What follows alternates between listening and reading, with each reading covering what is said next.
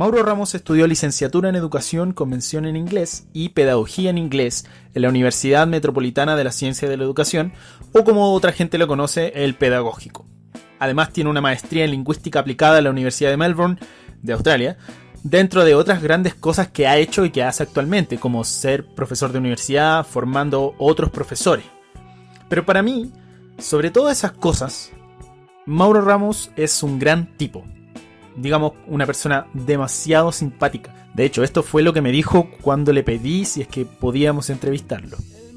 Un honor poder participar, pues así que de todas formas, cuéntame y nos vamos organizando, nos vamos coordinando, vamos viendo los tiempos y todo y le damos para adelante nomás. Esta respuesta para mí generó mucho entusiasmo, ya que primero era la primera entrevista que teníamos planificada para el podcast y además después nos dijo: yo tengo Zoom y de hecho te iba a decir porque si querés yo te puedo mandar la invitación porque a través del PED ahora tenemos como para poder más de los 40 minutos que te permite la aplicación de forma normal. Pues tengo el Zoom Premium, creo que, no sé, algo así. Con eso ya me sentí entusiasmado completamente para que llegara el momento de la entrevista. Solo había que ponerse de acuerdo con el horario. Si es en la mañana, no voy a poder tomarme una chela, sí. Pero da lo mismo, lo cambiamos por un café.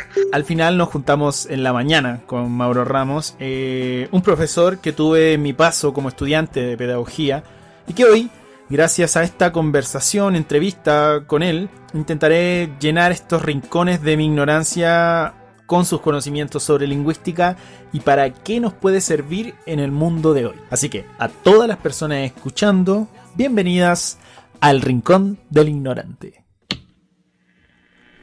La ignorancia es la felicidad. No soy muy inteligente, pero sé lo que es el amor. You're doing this because you're scared to death like the rest of us, that you don't matter. And you know what? You're right. You don't. It's not important, okay? You're not important. Get used to it. Oye, ya mira, lo primero que te quería comentar es que yo, por ejemplo, cuando tuve clases contigo, en el PEDA, tuve inglés escrito, me acuerdo contigo, después pasé a tener lingüística, ¿cachai? La cosa es que yo en inglés escrito siento que lo que aprendí en ese curso me ha servido hasta el día de hoy, para todo. Bacán. Para todos mis proyectos, cuando llegué a estudiar la otra carrera, fue una de las herramientas que más pude usar en términos de poder hilar una idea. ¿Cachai? Claro, poder expresarme y que eso lo pudiera leer otra persona y lo entendiera. Claro. Tan simple como eso, y que después ahora me ha servido como mi carrera como escritor. Claro. Pero después cuando llegué a lingüística fue totalmente diferente, ¿no? Te juro que hasta el día de hoy todavía no puedo entender qué es básicamente la lingüística, ¿cachai? Yeah. Entonces, no sé, pues preguntarte, quizá en términos súper, no sé si tan profundos, pero ¿qué es? Estuve googleando igual ahí, que hay como dos ramas, la lingüística aplicada y otra como más social, no sé. No. Como más vertientes, digamos, de la lingüística. Pero por eso, claro, como, ¿qué es la lingüística? Básicamente, no sé, para ti. Ya. O sea, a ver, el estudio del lenguaje, digamos, el estudio más bien sistemático y científico del lenguaje, se encierra, digamos, en la lingüística, que básicamente lo que trata de hacer es entender cuáles son los componentes del lenguaje, cuáles son los engranajes, cuáles son los sistemas que lo componen, para poder entenderlo también. O sea, desde ahí nosotros lo que hacemos, por ejemplo, en la universidad, es entender de una forma teórica cómo funciona el lenguaje en estos diferentes sistemas. Y obviamente hay una bajada, digamos, que luego la vemos nosotros en los ramos siguientes, que es la lingüística aplicada, que tiene que ver con... Bueno, de hecho mi especialización es en lingüística aplicada y que tiene que ver con cómo el lenguaje de alguna forma tiene que ver con procesos que de alguna forma tratan de dar respuesta a problemas que se generan en la sociedad. ¿Ya? Esa es una como dimensión amplia de la lingüística aplicada. O sea, básicamente la idea es entenderlo para poder estudiarlo de manera social.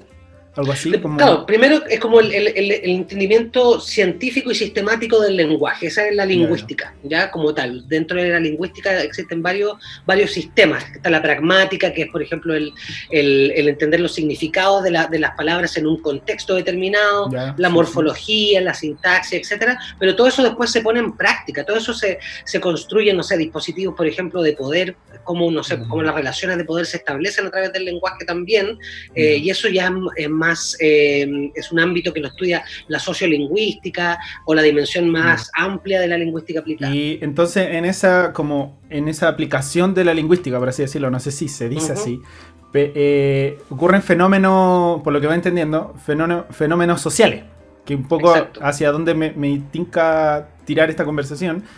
Entonces, ¿de qué manera se puede ir como aplicando eso a lo social, ¿cachai? Como en qué se refleja. O sea, lo que tiene la lingüística aplicada y que creo que lo que la hace bien bacana, a mí me gusta mucho la lingüística aplicada, es que, por ejemplo, en el plano de la pedagogía, nosotros estudiamos, por ejemplo, cómo las personas, cómo los estudiantes, no sé, adquieren un segundo idioma, por ejemplo, o un idioma extranjero.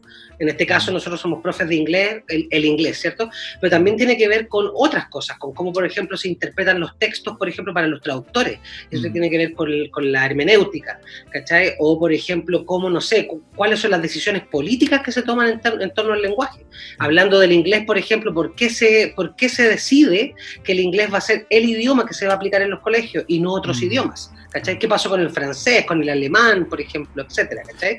Entonces, existen diferentes problemáticas a las cuales trata de dar solución de alguna forma la lingüística aplicada. Y en ese sentido, en tu caso, ponte, ¿por qué tú decidiste en primera instancia cuando te enamoraste un poco de tu carrera, o si es que te estás enamorado o no?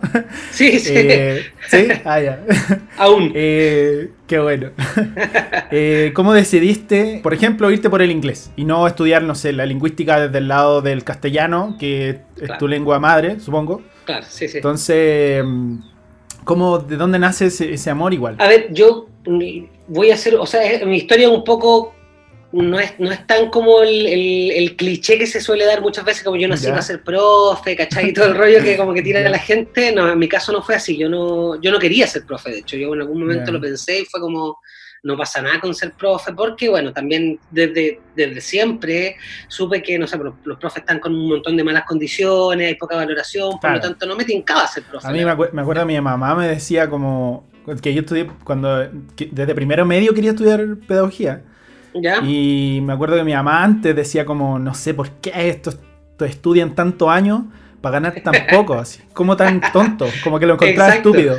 Exacto, claro. Es como contraproducente la weá. Y además que claro, hay un montón de mitos que también tienen que ver con los profes, no sé, que no sé, porque los profesores y las profesoras somos todos flojos, ¿cachai? Que tenemos tantas vacaciones, hay un montón de ignorancia también en torno, y además que todo el mundo se mete en educación, esa es una weá también que pasa siempre, todo el mundo opina de educación, ¿cachai? Sí. Por lo tanto, claro, la carrera se va desvalorando, además que hay una desvaloración histórica, o sea, también habría que echar ojo un poquito para atrás y nos vamos a dar cuenta que nunca el Estado realmente ha considerado la educación como debe ser, ¿cachai? Más allá del discurso público, ¿cachai? O sea, entonces, ¿en qué momento te dijiste, si hay tanta en contra, por qué optaste por...?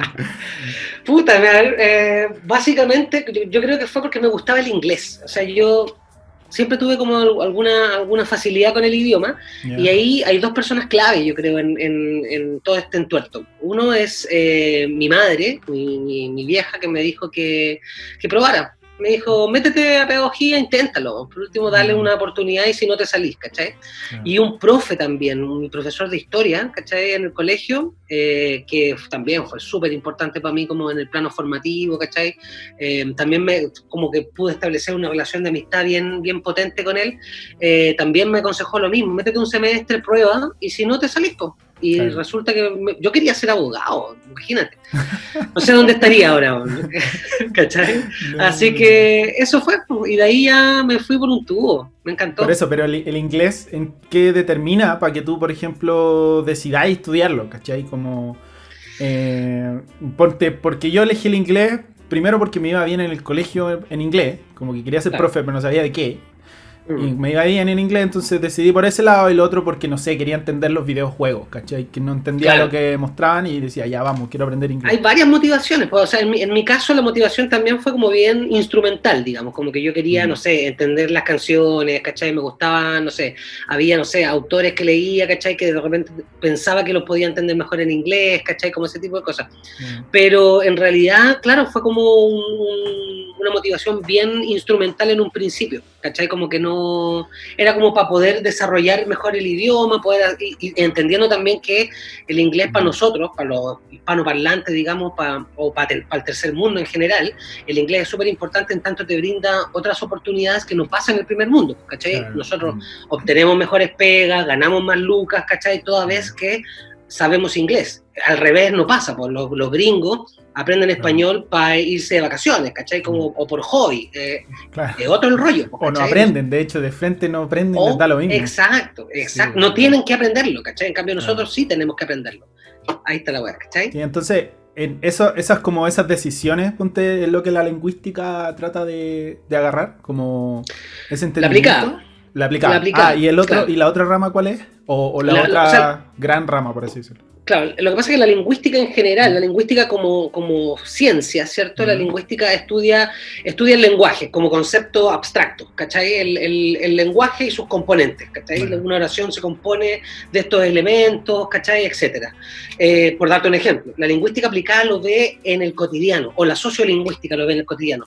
Ve, por ejemplo, no sé cuáles son las reivindicaciones que, por ejemplo, hoy en día se dan a través del lenguaje, a través de, no sé, el lenguaje inclusivo, por ejemplo, o las contribuciones, no sé, del feminismo o la teoría queer, por ejemplo. Todas esas también se posicionan desde el lenguaje. O sea, hay un campo de batalla que también es un terreno en disputa, que es el lenguaje. Y por eso también es tan importante hoy en día, no sé, tomar esas luchas que son luchas políticas que se gestan a través del lenguaje y poder, digamos, de alguna forma tomar posición. Claro. Y en ese aspecto del, por ejemplo, el lenguaje inclusivo, ya que salió el tema, a mí siempre me pasa que, no sé, por la otra vez escuché un amigo me dijo como, me carga cuando usáis el lenguaje inclusivo porque tú no habláis así. Por ejemplo, yo en las redes sociales trato de poner amigues, compañeros, ¿cachai? Pero en la vida cotidiana lo evito, ¿cachai? Trato de no usarlo tanto, no sé, por un tema de comodidad, no sé. Pero claro, está este amigo que me dice como, no lo hagáis, me carga. Y es como... O sea, yo creo que hay varias cosas con respecto a eso. Esto tiene como varias dimensiones de alguna forma. Creo que hay varios errores también, ¿cachai? Creo que el primer error al hablar del lenguaje inclusivo es pensar que el foco el foco del tema es, o el foco del problema es un problema lingüístico. Pensar que el lenguaje inclusivo tiene como foco central lo lingüístico, yo creo que ahí radica el primer problema. No es un problema lingüístico, es un problema político. Lingüístico se refiere, claro, a lo relacionado con la lingüística y el estudio de, no sé, de que usar una letra y no otra, sino que tiene que ver con una visión política que es, no sé, incluir a las personas de minoría o de... Grupos excluidos, básicamente, o grupos que han sido oprimidos a lo largo de la historia, ¿cachai? Entonces, desde ahí, lo que yo creo que, claro, no es un problema lingüístico que se gesta, sino que es una decisión política y es un problema político que se juega ahí. No tiene que ver con el decir las o les da lo mismo, sino que en ese caso tiene que ver con cuál es la decisión y qué quieres visibilizar tú a través del uso de la palabra. Entonces, podríamos decir que entonces todas las formas en como nosotros nos hablamos, nos referimos, o las palabras incluso que creamos, por así decirlo, han venido desde una mirada política, como de un... Sí, bueno, Derrida dice que el lenguaje nunca ha sido neutral. Googleando a Jacques Derrida, no sé si se dirá así, encontré que fue un filósofo francés de origen argelino y que básicamente es conocido por instalar, digámoslo así, en el mundo moderno, el concepto de deconstrucción, siempre visto como un mecanismo no de destruir, sino más bien de desfragmentar, descomponer, o como más me gusta a mí, a desestructurar. Siempre uno toma postura y siempre uno comunica más de lo que está comunicando a través de las solas palabras. Siempre hay mucho más en el mensaje. Por eso creo que centrarnos como lingüísticamente en un problema como el lenguaje inclusivo es no verlo completamente. Por eso la gente dice, pero ya, no sé, la RAE le da un portazo al lenguaje inclusivo y dice que no está permitido, como si eso fuese el elemento que, no sé, que va... Como la ley. Exacto, como su característica carácter prescriptivo y normativo ya no corre, ya no, o sea, hoy en día en este mundo postmoderno o hipermoderno, justamente vamos en la dirección contraria, todo se está de alguna forma deconstruyendo, ¿cachai? El lenguaje hoy en día por eso se vuelve tan vital también, ¿cachai? Porque Sí. a través del lenguaje estamos comunicando nuestras posturas en relación a las cosas, estamos visibilizando a grupos que han sido excluidos y oprimidos a lo largo de toda la historia, y por lo mismo creo que no tiene que ver con una postura lingüística, sino que tiene que ver con una postura política. Yo creo que además el elemento central del lenguaje inclusivo es justamente esto de que moleste, creo que ese es el factor principal, y es lo que más me encanta, digamos, del lenguaje inclusivo, porque genera escozor, ¿cachai? Penetra ahí y genera incomodidad, y al generar esa incomodidad se logra algo, se logra visualizar a todos estos grupos que han sido oprimidos por tanto tiempo. Y creo que eso está buenísimo. Heavy eso que molesta, como que de verdad hay gente que no está dispuesta, o sea, o cuando uno habla así, como mi amigo, ponte, como que le molesta, y yo como, que heavy ese sentido de pertenencia en algo, por ejemplo, la RAE, o el castellano, ¿cachai? Que viene de los españoles y todo esto, el colonialismo que hay desde... Exacto. Entonces hay un cariño hacia eso que en realidad quizás no deberíamos tenerlo. Y de hecho, claro, si tú te das cuenta, en el español todavía existe como esta especie de colonialismo lingüístico que se da a través de las instituciones normativas como la RAE, pero que no pasa en otro idioma. O sea, en inglés, por ejemplo, no hay una RAE, sino que son las universidades las que, por ejemplo, no sé, sacan sus diccionarios actualizados, Oxford por un lado, o no sé, Cambridge, etcétera, pero los británicos, por ejemplo, no le podrían imponer una forma o decir cuál es la forma correcta de hablar o de usar tal o cual palabra a los gringos, porque los gringos no lo permitirían nomás, ¿cachai? En cambio, nosotros sí vemos cómo de alguna forma seguimos sometidos lingüísticamente a lo que dice una institución que está, digamos, transoceánica, ¿cachai? Que está al otro lado, en otro continente, y que sin embargo seguimos de alguna forma rindiéndole pleitesía, ¿cachai? Es como, yo creo que justamente lo que se busca ahora es que a través del lenguaje se pueda crear un poco más, ¿cachai? Es como disolver estos constructos, porque nada,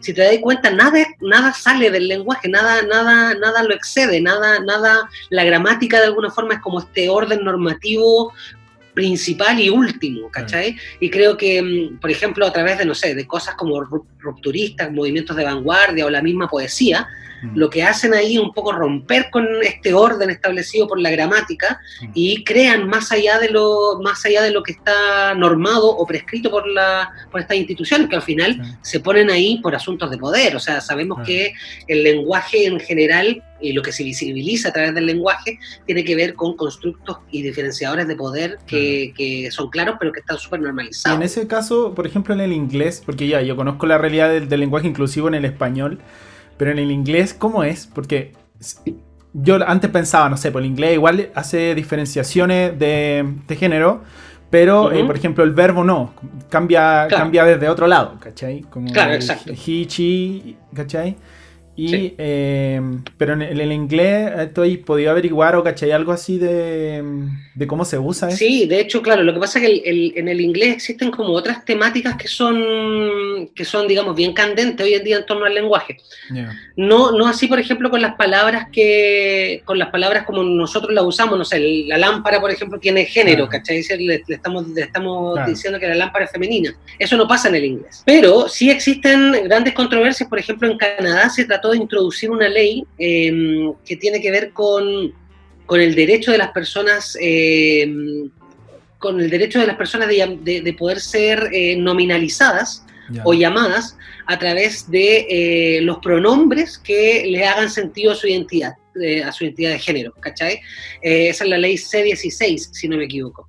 Y esa ha generado mucha controversia, porque hay, no sé, pues hay intelectuales, por ejemplo, de derecha, que se niegan a eso. Se niegan, hablando, digamos, enarbolando la bandera de la libertad de expresión, y que dicen que no van a usar un pronombre que sea de alguna forma este nuevo pronombre, digamos, que vaya que busca visibilizar a personas, no sé. Como una nueva palabra, un nuevo pronombre el que está. Sí, de hecho no me acuerdo bien cuál es el pronombre mismo. Pero es como el uso de la E, ponte acá.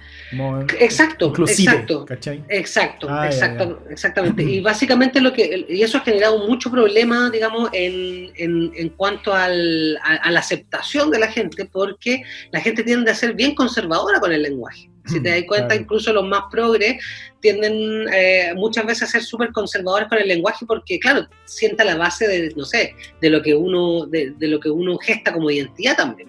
Claro. Por lo tanto, desde ahí hay mucha gente que se niega a, no sé, por ejemplo, en el mundo anglosajón, a utilizar este tipo de lenguaje, ¿cachai? Ahora, por ejemplo, si es que una persona trans, no sé, cambia su identidad, ¿cierto? Y quiere ser nominalizada de otro género, digamos, y tú cometes la falta de llamarlo con su dead name, que se llama, o el nombre muerto, que es el nombre antiguo, ¿cierto?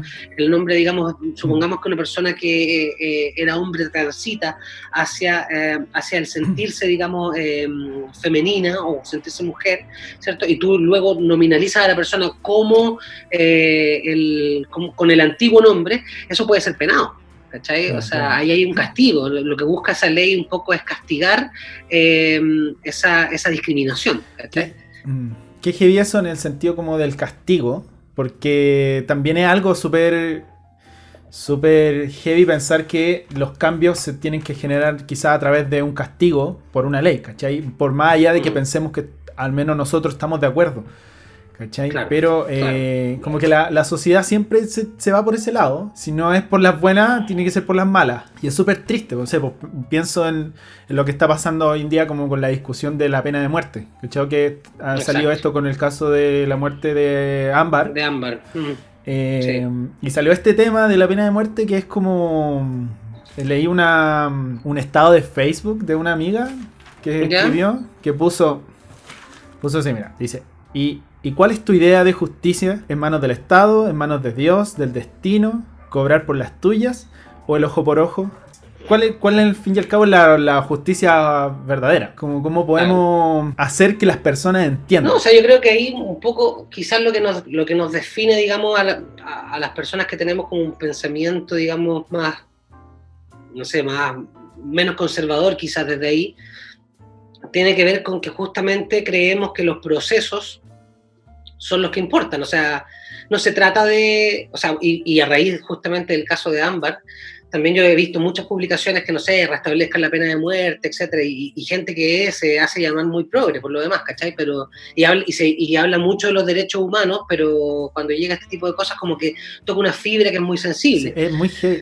No sé si viste el video de un loco que atrapó a una persona que estaba robando en su casa y lo amarró al poste y lo estaba dando latigazos con la manguera. ¿Cachai? No lo había cachado, pero me imagino. ¿No? Es increíble como la habilidad del tipo para torturar a ese loco. Es como... Exacto. Yo, no sé, y típico los comentarios como, bueno, y si te entraran a robar a ti, si le pegaran a tu familia, es como, sí, puta. Yo le tengo miedo a los dos de partida. Al loco que está con... Claro. ¿Cachai? No, es terrible, es terrible. O sea, si tú lo pensáis, tiene que ver con que hay en la visión más conservadora, creo que el castigo y lo punitivo funciona en tanto es un escarmiento inmediato. ¿Cachai? O sea, tú ves la consecuencia se castiga en el acto y eso lo que subyace ahí es la creencia de que eso va a inhibir a otras personas que cometan ese, claro, digamos, como ese ilícito, ¿ya?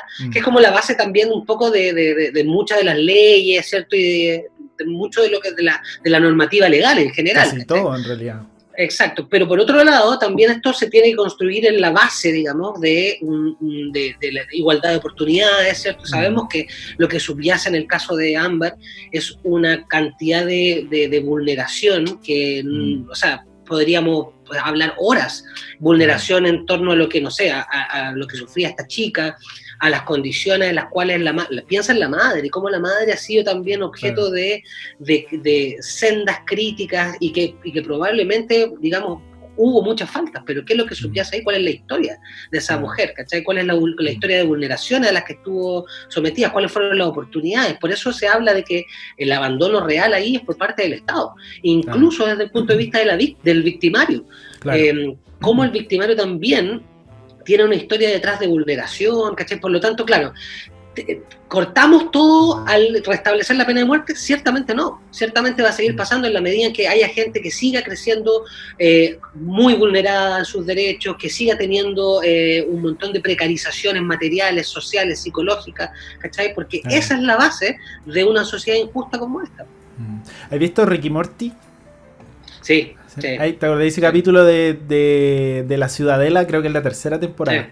Cuando, claro, cuando está este Rick que es como trabajador y que al final deja la cagada porque tiene todo, y como que se quiere, no me acuerdo si se suicida o no, pero como que mata a todo y después llora. Bueno, es que es un poco eso lo que genera un poco esa falta de Estado que decías tú. Como exacto, que dejan botado a ciertas cosas, entonces va generando monstruos en la sociedad. Y si tú te das cuenta, se va repitiendo. O sea, por eso también la causa, no sé, por las causas feministas, por ejemplo, ponen en la palestra asuntos tan importantes, ¿cachai? Como, claro. Porque no es, esto no es un caso, por ejemplo, de un homicidio que se da porque sí, ¿cachai? Sino que también hay una vulneración en contra de una niña y en contra de una mujer, ¿cachai? Que son los grupos que también sufren más opresión y que también son más invisibilizados, ¿cachai? Claro. O sea, esta niña tenía un montón de vulneraciones de las cuales el Estado sabía y no simplemente deciden no hacerse cargo, ¿cachai? O sea, y empiezan una investigación a los 2 días después, ¿cachai? Hay un montón de hay un abandono sistemático por parte del Estado, y este es solamente un caso de muchos que se están viviendo en el país. Por lo tanto, claro, nosotros, ¿desde dónde nos posicionamos? Y cuando digo nosotros, me refiero, no sé, a nosotros educadores, ¿cachai? Desde el mundo de las artes, desde el mundo de la cultura, ¿cachai? ¿Desde dónde nos posicionamos? Desde el proceso. O sea, hay que de alguna forma formar a la gente para que, no sé, pues, para que pueda vivir y pueda acceder a las mismas oportunidades, para que exista una base de una justicia social que evite que estas vulneraciones terminen en situaciones tan trágicas como la que estamos viviendo en esta última semana y a lo largo de toda la historia. En ese aspecto que tú habláis como de formar, si tú bien habláis de tú como educador o el mundo de la arte y todo, pero yo creo que por ahí va la solución, un poco la educación, la educar. O sea, formar claro. En el término de educar, ¿cachai? Exacto. Yo creo que la clave está justamente en la educación, sí, yo adhiero a eso. El problema es que la educación misma se ha ido como moldeando a este nuevo sistema, el sistema de la gestión, le llaman, como este neo-management, ¿cierto?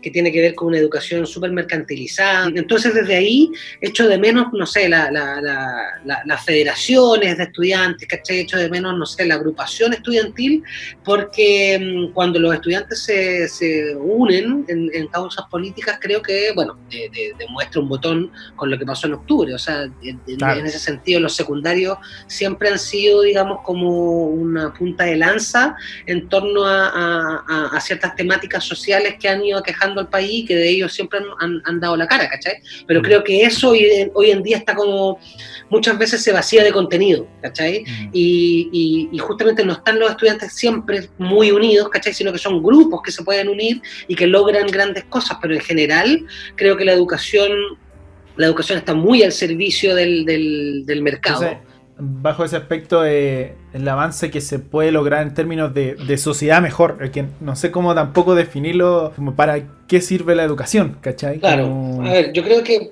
primero, o sea, como si pudiéramos como de alguna forma enmendar el rumbo, yo creo que primero tiene que ver también con cómo posicionamos a nuestros profesores y profesoras. O sea, el generar una profesionalización docente con que logre una identidad consolidada, porque sabemos que existen diferentes tipos de profes. Siempre en la historia de Chile ha habido diferentes tipos de profes, entre comillas, ¿cachai? Que gozan de diferentes estatus, etcétera, y la valoración social también de los profesores. Todo, yo creo que es una de las bases, ¿cachai? Es una de las grandes bases. Y lo otro también es el fomento, digamos, del rol político de los actores que están en la educación, o sea, los estudiantes, los profesores y las profesoras, ¿cierto? De poder de alguna forma echar a andar esa maquinaria, porque sabemos que es la base de un sistema que esté basado en la justicia social para justamente proveer de mayores oportunidades a todos sus individuos.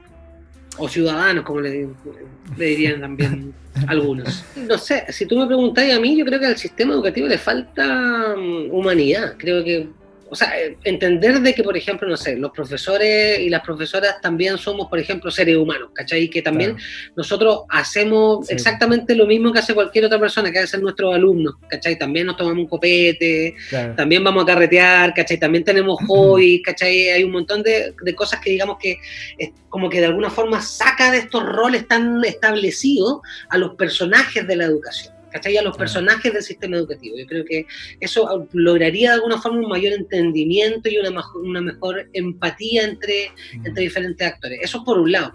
Y lo otro es mejorar las bases, digamos, del sistema educativo, y ahí, de nuevo, el rol del Estado es vital. O sea, si tú tenías una persona que está pasándolo pa'l orto en su casa y llega al colegio y en el colegio se dan las oportunidades para que esa persona pueda incrementar, no sé, su capital cultural, etcétera, puede que esa persona logre algo fuera del colegio, ¿cachai? Cuando crezca. Pero las posibilidades también también van a la baja, o sea, en comparación con una persona que, no sé, que tiene las lucas para poder pagarle un colegio privado a alguien, por ejemplo. O ahora, si tú vas juntando factores, no sé, una persona que tenga condiciones súper precarizadas en su casa y vaya a un colegio que además esté precarizado y que no le enseñen nada y que solamente se basen en conocimientos más que habilidades para la vida, obviamente esa persona tampoco va a lograr mucho. O sea, desde ahí, por ejemplo, nosotros nos cuestionamos, desde la misma lingüística aplicada en el inglés, nosotros nos cuestionamos, ¿para qué le vamos a enseñar inglés a una persona, por ejemplo, que jamás va a usar el inglés? ¿Cachai? Es como desde ahí se puede ver hasta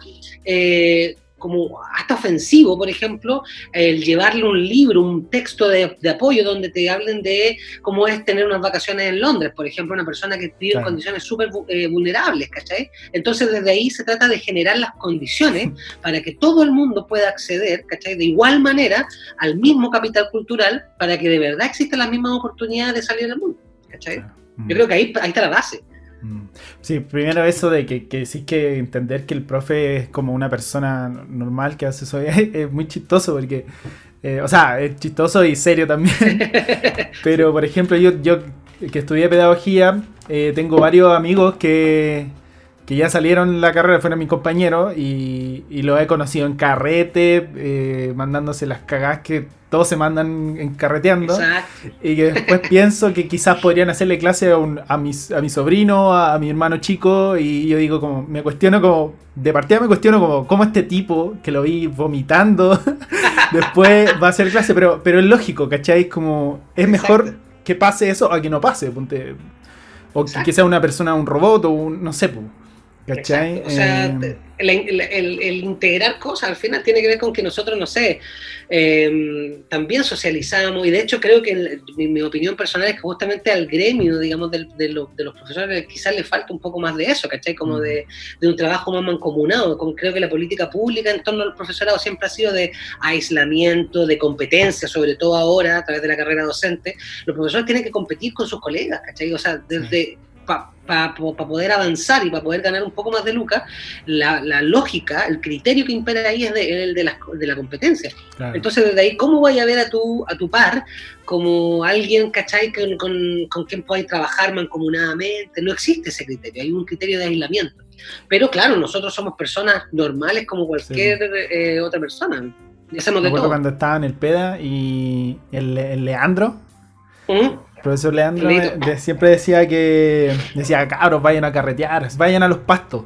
Decía como, claro. No olviden eso, ¿cachai? Como estudiantes también tienen que vivir eso. Esa era como su idea. Y me acuerdo que siempre los veía a ustedes, eran como los jóvenes. Estaban todos carreteando y ustedes en un rincón así también con cerveza. Exacto. Bueno, o sea, de hecho, tiempos aquellos que ya lamentablemente ya se abandonaron, digamos, ¿no? Pero, sí, ¿por qué? Pero eran buenos. No sé, creo, también las cosas llegan a un fin, digamos, pero bueno, eran otros tiempos también con otras dinámicas, no sé, claro. Creo que en ese sentido lo que sí se lograba era justamente de lo que te comentaba antes, que es como trascender el espacio académico, ¿cachai? Hacer universidad, y en ese sentido Leito siempre ha sido un gran sabio, digamos, el hacer universidad va más allá de lo que se hace en la sala de clases, ¿cachai? Tiene que ver con cómo tú socializáis. yo creo que la universidad puede ser por lejos, uno de los mejores momentos de la vida de las personas, ¿cachai? En cuanto a las experiencias que viví, los espacios que transitáis. Por lo tanto, justamente yo creo que si es que, no sé, hay un espacio, por ejemplo, después de clase un día viernes para ir a carretear y socializar con tus compañeros y olvidarte, o conversar sobre lo que, no sé, lo que sea, yo creo que eso es parte de la universidad. Así como también los espacios políticos dentro de la universidad, ¿cachai? El pensar qué es ser un estudiante hoy día en un sistema educativo como el nuestro, o qué es formarse como profesor o profesora en un sistema tan injusto como el chileno, por ejemplo. Claro. Entonces, desde ahí, el hacer universidad es mucho más que lo que se hace en la sala de clases o el contenido mismo que se entrega. Y lamentablemente, hoy en día, y eso voy un poco de vuelta atrás a lo que hablábamos delante, la universidad se ha reducido como a ese espacio académico, ¿cachai? Como ese espacio claro. en el cual el profesor o la profesora entrega el contenido y ahí se acabó. ¿Cachai? Y de alguna forma te hace como mejor persona el hecho de asistir a una universidad, como que el conocimiento oficial está ahí y no está en la calle o a través del oficio.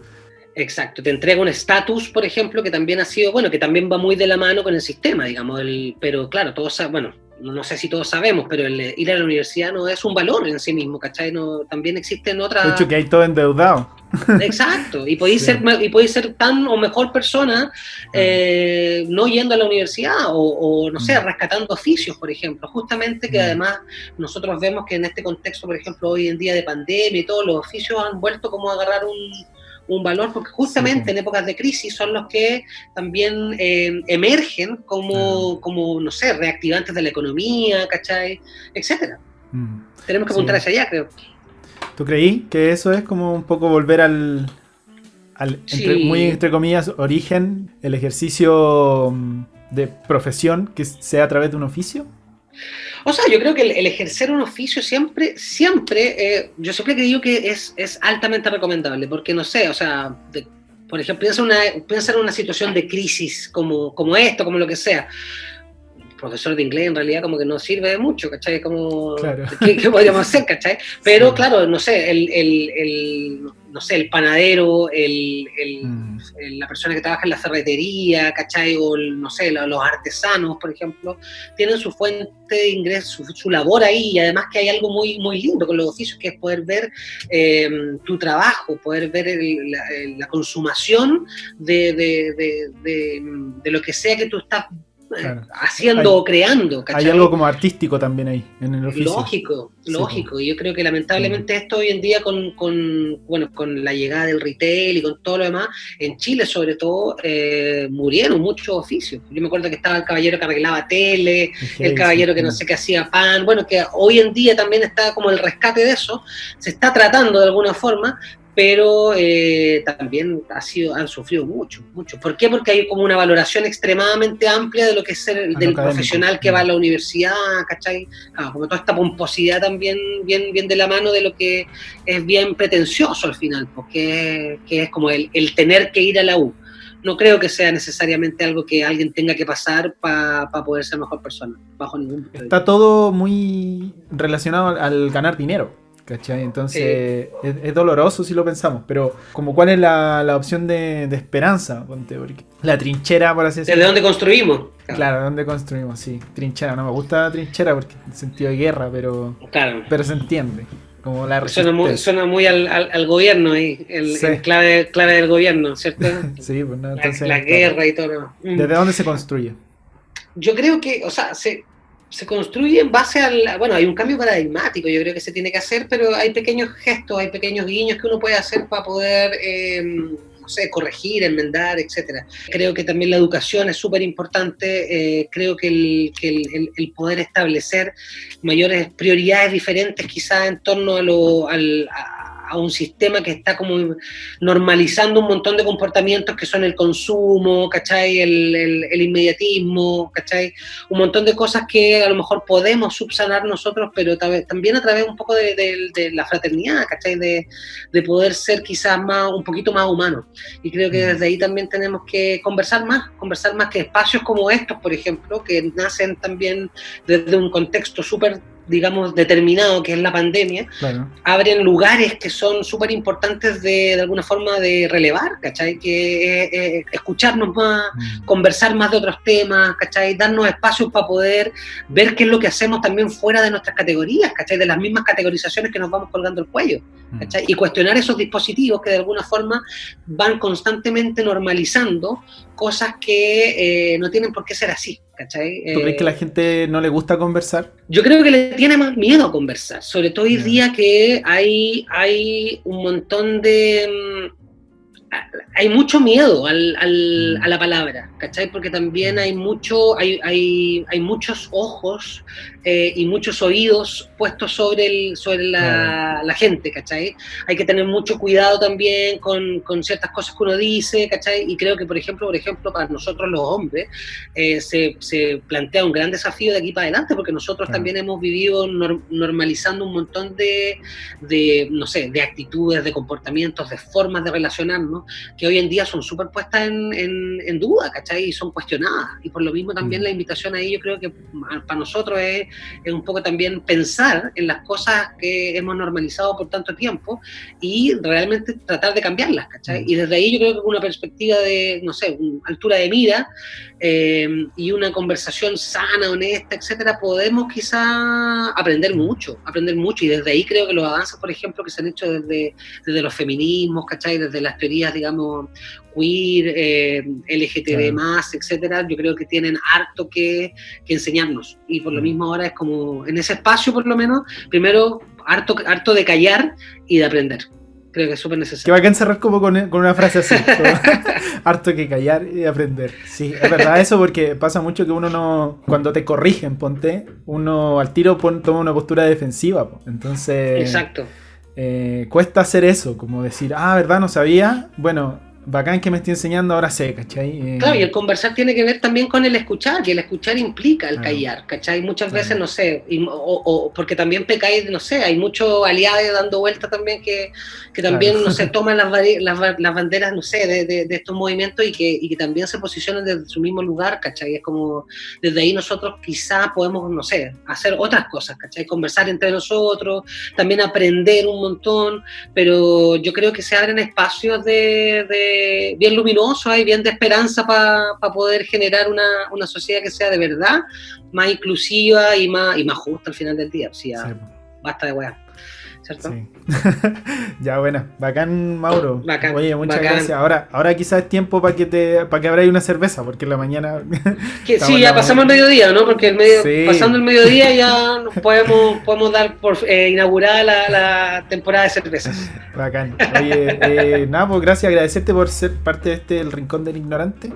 Así se llama el podcast. Sí, no, gracias a ti por la invitación. Espero que te vaya muy bien con tu proyecto. Creo que es súper importante, como decía, relevar estas oportunidades que se dan en contextos quizás de crisis como los que estamos viviendo, donde se ven alteradas muchas, digamos, de todas las facetas de nuestras vidas de alguna forma, ¿cierto?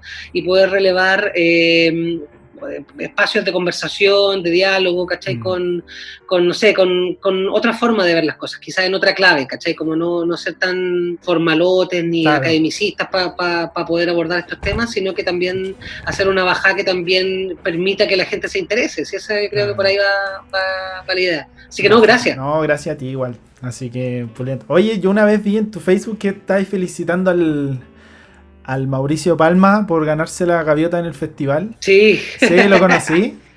Sí, hace muchos años. Yo me acuerdo que para el terremoto del 2010, y bueno, quedó la cagada en un edificio antiguo que se empezó como a caer, ¿cachai?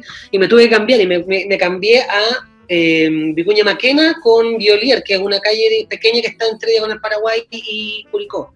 Yeah. El asunto es que me estoy cambiando al departamento del lado de unos amigos y estamos subiendo las cosas y todo, y de repente llegó el Mauro Palma, que en ese tiempo no era famoso ni nada, y el loco tan buena onda que llegó a la casa de mis amigos porque cachó que ahí estábamos moviendo cosas y todo, y llegó con unas chelas, así como caché que llegó un vecino nuevo, vengo con unas chelas a darle la bienvenida, así, el huevón muy simpático, ¿cachai? Yeah. Y desde ahí como que nos cachamos hasta el día de hoy. Así que no, es un weón súper buena onda, Oye, ¿tú súper crees que hay cariñoso. manos para entrevistarlo a él? De más que sí, pues le preguntamos, Sí. pues le hagamos la invitación por acá. Ya, pues, invítalo. Mauro, si es que estáis viendo esto, o probablemente te lo voy a enviar igual para que le eche un vistazo. Aquí Bueno. el Tomás está con su proyecto, el Rincón del Ignorante, y sería buenísimo que pudiéramos contar ahí con tu presencia, porque tú eres un gallo capo, un gallo que sabe mucho, un comediante de lujo. Él es psicólogo. Sí, algo que está bueno. Sí, así que desde ahí también sería un invitado de lujo para tu proyecto, pues, Tomás. Así que la invitación Ya, ahí bacán. se la hacemos. Buena, bacán. Ya, pues, Mauro. ¿Ya? Ojalá. Bacán. digo que sí. Ojalá y veamos qué pasa. Ya, pues, Mauro, estamos entonces. Te mando un abrazo. Gracias. Así, pues. No, gracias Bacán. también por tener el Zoom Premium. Así no se corta esto. La edición se hace Cuando mucho queráis. más amena. Perfecto, Ya, pues. perfecto. Te mando un abrazo grande, bueno, y hartos cariños a todos por allá. Esa fue la entrevista con Mauro Ramos. Muchas gracias por haber llegado hasta el final del capítulo. Les recordamos seguirnos en nuestras redes sociales, El Rincón del Ignorante en Spotify, Instagram y YouTube. Y también dejarle la invitación para la próxima semana, donde tendremos a otra persona entrevistada. Y para despedirnos vamos a dejar sonando esta canción, Isla sobre el río, canción de Inexplorados, para que los busquen, lo escuchen y compartan su música. Muchas gracias a todas las personas, que estén muy bien. Nos vemos en otro episodio más del Rincón del Ignorante.